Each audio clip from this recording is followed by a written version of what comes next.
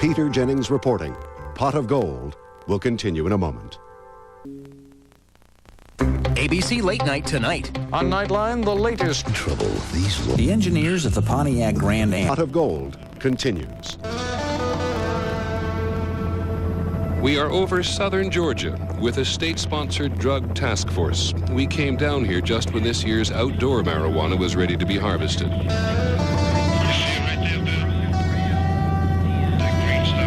It didn't surprise us when the pilot spotted something and started to circle back. But when we landed, what surprised us was how marijuana is changing rural farm communities. When planted outdoors, marijuana can grow 10 or 12 feet high. The plants here were near maturity. They were tied down to the ground to prevent them from being too easily seen. 151.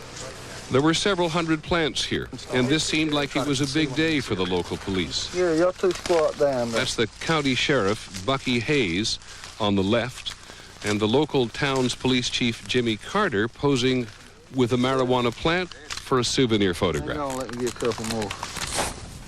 It looked to us like a very strong case. A working irrigation line ran from the marijuana to a farmhouse spigot. Somebody we thought was clearly in trouble. But there was something about the arrest. How you doing, Bucky?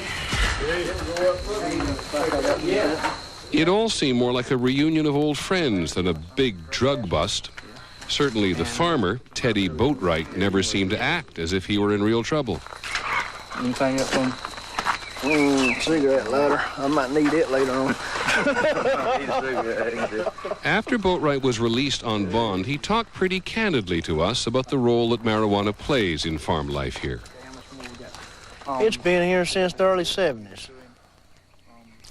I think back then it was mostly just you had these few guys that smoked it.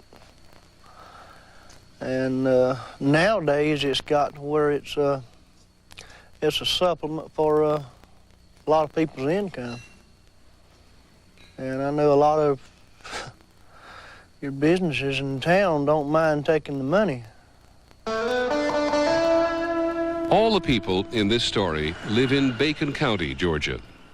The county seat is Alma, about 10,000 people. We learned pretty quickly that a lot of people in Bacon County were growing at least some marijuana. Not to get rich, just to get by. Almost every farmer around here is struggling trying to make ends meet. And basically it's because of the high price of equipment and the operating expense. Well, we could just quit and then I reckon just draw welfare. Teddy lives on the farm with his parents, Tuck and Margie. We could apply for welfare, really, because we make less than $10,000 a year. We could get a welfare check. But I got a little too much pride for that. Luther Taylor used to be an Alma policeman. 2 years ago, Mr. Taylor found out his own son had planted some marijuana. Did you call the sheriff? My wife did, yes, sir. Why'd you do that? I didn't believe in it at that time. I didn't think it was right for farmers to grow the stuff. But the way the economy is right now, I wouldn't turn a man in if I walked by the field and see it. Now, you're having financial difficulties Yes, at the sir. moment, are you? Yes, sir. Reason enough to grow marijuana? Yes, sir. So you would now grow? Yes, sir, I would. It's illegal. I know that. You used to be a policeman. I know that. Like I say, 2 or 3 years ago, I didn't feel that way. But now I do. I honestly do.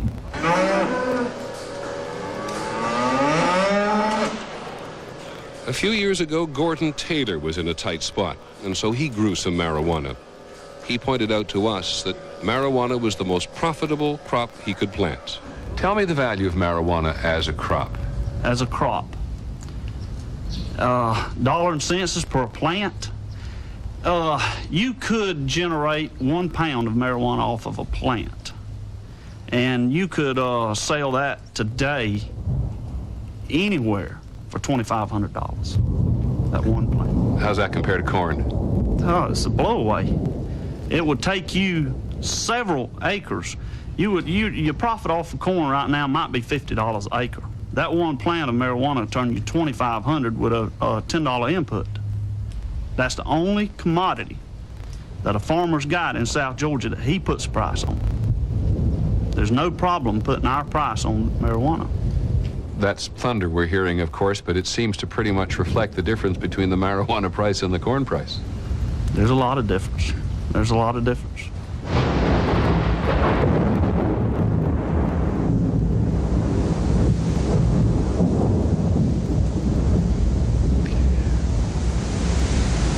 But Gordon, there's one big difference between corn and marijuana. One's legal, one isn't. That's correct. So? I don't worry about the illegal part. Illegal part, there's certain chances every fella takes in life. And you just got to decide what chances you'll take.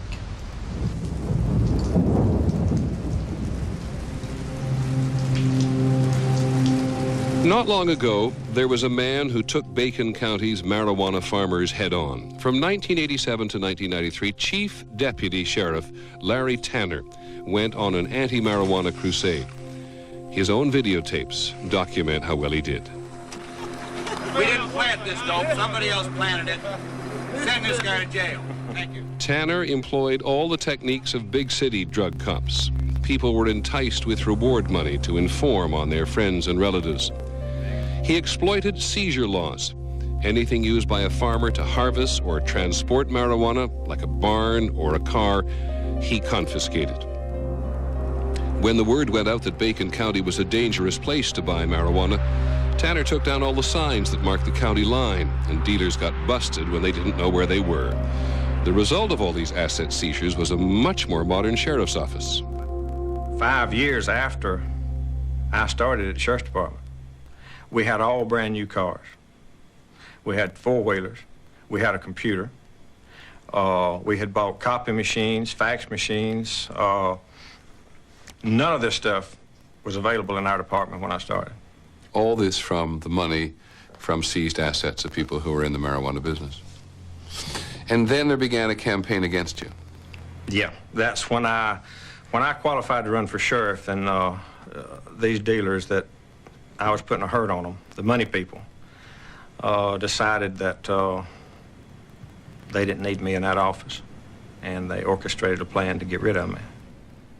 I may be wrong about the guy, but I don't like him. I never have liked him. Gerald Anderson was one of those farmers growing marijuana who wanted to get rid of Larry Tanner. He painted a message for Tanner and his chief investigator, Donald, on the roof of his barn. "Suck this, Larry and Donald," it reads. Unfortunately for Anderson, when a drug task force pilot read it from the air, he also noticed a few hundred of Anderson's marijuana plants growing nearby. Pretty overt gesture from a marijuana grower, right? Stupid, as far as I'm concerned. I mean, you know, you don't draw attention to yourself if you're growing marijuana right next to it, you know.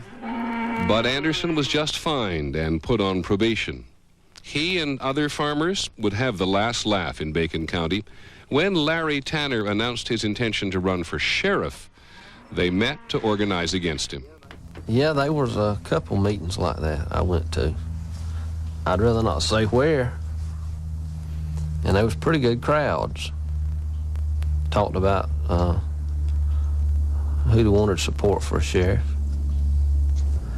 And there were probably 45 people there.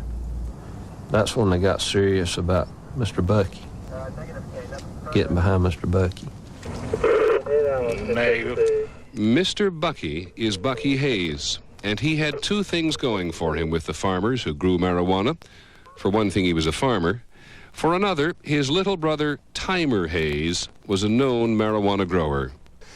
A lot of people here think that when they were voting for Bucky Hayes for sheriff, they were voting for a man who was going to go easier on marijuana growers than the former deputy sheriff, Larry Tanner, did, who you're running against. What do you say about that? Oh, Well, I say I made no promises to anybody that I would be easier on anything, marijuana or whatever.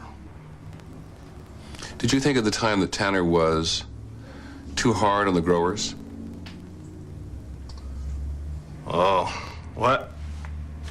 that's one area there that I'm gonna have to skip because it's And why would you want to skip it?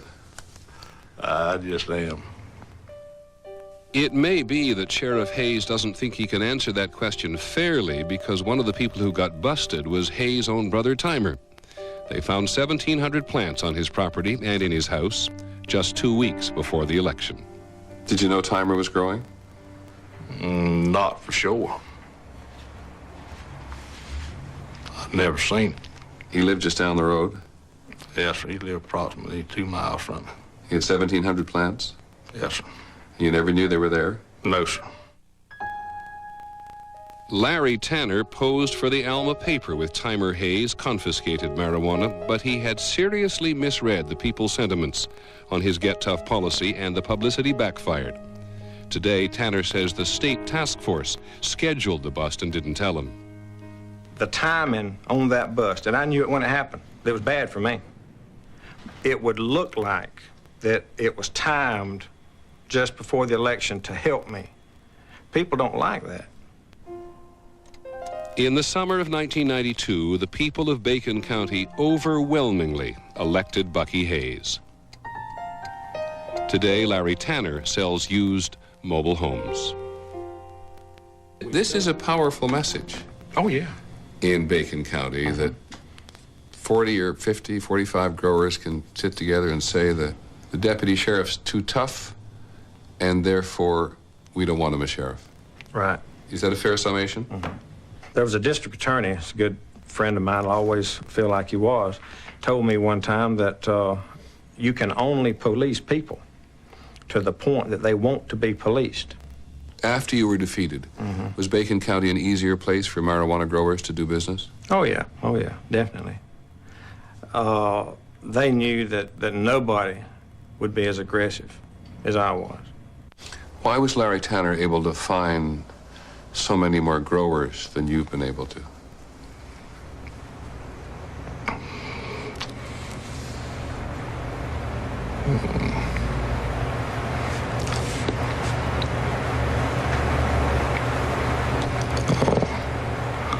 I couldn't answer that either.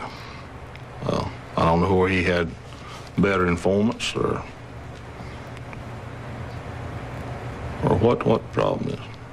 And how tough were you on marijuana growers after you were elected sheriff? Oh.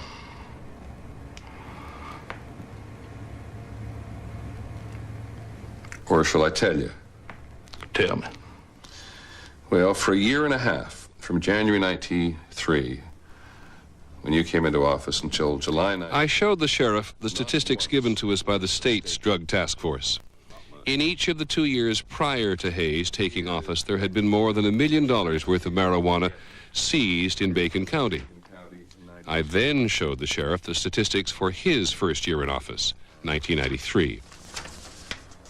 And here's Bacon County in the year after you're elected sheriff. Zero.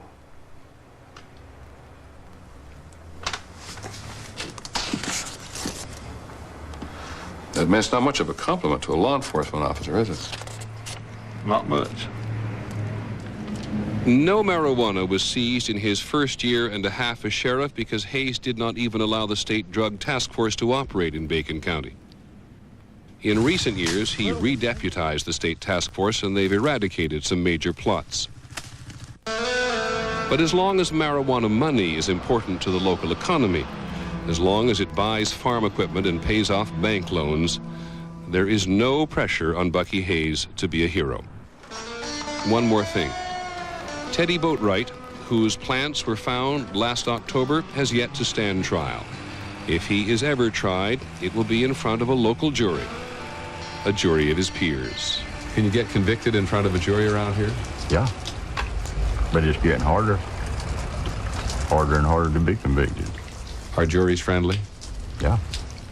Because they're your neighbors? Yeah. Because they're growing too? Yeah, a lot of them is. Because they need the family is. Some of the family. They ain't a whole lot of families that connection somewhere or another down the road in the kinfolks line. But what is connected with it, one way or the other. If the government wanted to eradicate all marijuana growing in Bacon County, could they? No. Never. The good thing is when they took $5 or $6 million worth out of Bacon County, that made the boys over in Pierce County sure enough proud. Supply and demand. Theirs just went up.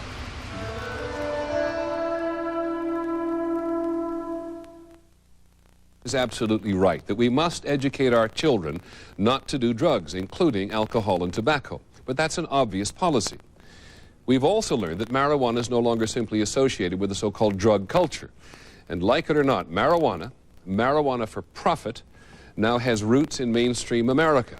This leads inevitably to a discussion about legalization or tougher laws. That debate is intensifying. What people need to understand is that the current effort to eradicate growing here at home isn't changing things very much except to ensure that the price stays high. Really getting at the people who grow marijuana no longer means closing the borders, but an enormously expensive, invasive, door-to-door campaign. Which brings us back to that former deputy sheriff in Bacon County. He reminded us that you can only police the people as much as they are willing to be policed. And how much is that? I'm Peter Jennings. Thank you for joining us. Good night.